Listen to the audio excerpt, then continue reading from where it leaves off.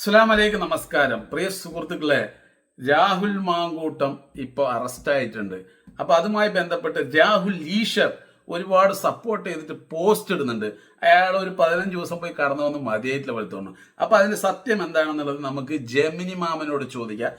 Gemini മാമനിക്ക് എന്താണ് പറയാനുള്ളത് നോക്കാം.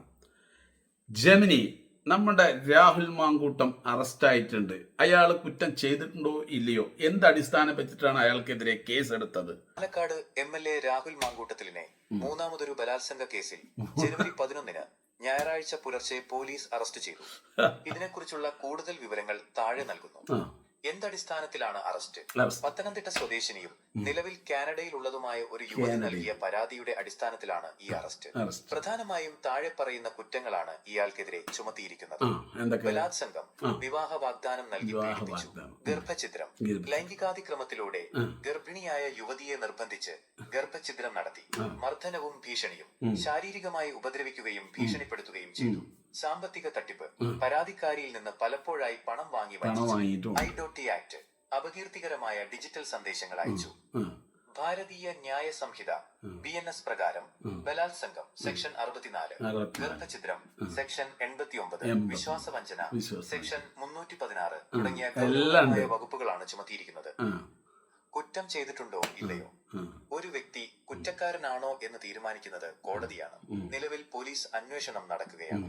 പോലീസിന്റെ വാദം: ശാസ്ത്രീയ തെളിവുകളുണ്ടെന്നും യുവതിയുടെ മൊഴി വീഡിയോ കോൺഫറൻസ് വഴി രേഖപ്പെടുത്തിയതായും പോലീസ് പറയുന്നു.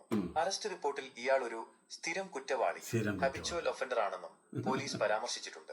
രാഹുലിന്റെ വാദം: ഇതിനു മുമ്പുള്ള കേസുകളിൽ ബന്ധം ഉഭയസമ്മത പ്രകാരമുള്ളതാണെന്നും രാഷ്ട്രീയ പകപോക്കലിന്റെ ഭാഗമായാണ് തനിക്കെതിരെ കേസുകൾ വരുന്നതെന്നും രാഹുൽ വാദിച്ചിരുന്നു. കോടതി നടപടി: നിലവിൽ പത്തനംതിട്ട കോടതി രാഹുലിനെ 14 ദിവസത്തേക്ക് ജുഡീഷ്യൽ കസ്റ്റഡിയിൽ വിട്ടു. പ്രധാനപ്പെട്ട വിവരങ്ങൾ: 1. മുൻപത്തെ കേസുകൾ: നേരത്തെ 2 സ്ത്രീകൾ സമാനമായ പരാതികൾ നൽകിയിരുന്നു. 1-ാം കേസിൽ ഹൈക്കോടതി അറസ്റ്റ് തടയുകയും 2-ാം കേസിൽ കോടതി മുൻകൂർ ജാമ്യം അനുവദിക്കുകയും ചെയ്തിരുന്നു. അറസ്റ്റ് രീതി: ജനുവരി 10 അർദ്ധരാത്രിയോടെ പാലക്കാട്ടെ ഒരു ഹോട്ടലിൽ നിന്നാണ് പ്രത്യേക അന്വേഷണ സംഘം ഇദ്ദേഹത്തെ കസ്റ്റഡിയിൽ.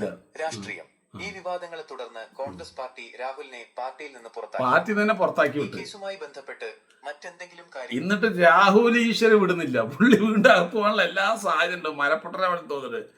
കാനഡയിൽ നിന്ന് ഒരാൾ ഇമെയിൽ അയച്ചതുകൊണ്ട് മാത്രം അറസ്റ്റ് ചെയ്യുമോ? എന്തെങ്കിലും ഒരു അടിസ്ഥാന തെളിവ് പോലീസിന് ബോധ്യപ്പെടണ്ടേ? തീർച്ചയായും ഒരു ഇമെയിൽ പരാതി ലഭിച്ചതുകൊണ്ട് മാത്രം ഒരാളെ പോലീസ് പെട്ടെന്ന് അറസ്റ്റ് ചെയ്യില്ല. നിയമപരമായി അറസ്റ്റ് രേഖപ്പെടുത്തണമെങ്കിൽ പോലീസിന് ചില കൃത്യമായ നടപടിക്രമങ്ങൾ പാലിക്കേണ്ടതുണ്ട്. പ്രാഥമിക അന്വേഷണം: ഇമെയിൽ വഴി പരാതി ലഭിച്ചാൽ പോലീസ് ആദ്യം ആ പരാതിയിലെ വസ്തുതകൾ പരിശോധിക്കും. പരാതിക്കാരി പറഞ്ഞ കാര്യങ്ങളിൽ കഴമ്പുണ്ടോ എന്ന് ഉറപ്പുവരുത്താൻ സാക്ഷികളെയോ മറ്റ് തെളിവുകളെയോ പരിശോധിക്കും. 2. മൊഴി രേഖപ്പെടുത്തൽ: ഈ കേസിൽ കാനഡയിലുള്ള യുവതിയുടെ മൊഴി പോലീസ് വീഡിയോ കോൺഫറൻസിംഗ് വഴി വിശദമായി രേഖപ്പെടുത്തിയിട്ടുണ്ട്. മജിസ്ട്രേറ്റിന് മുന്നിൽ രഹസ്യമൊഴി 164 സ്റ്റേറ്റ്മെന്റ് നൽകുന്നതും ഇതിന്റെ ഭാഗമാണ്. 3.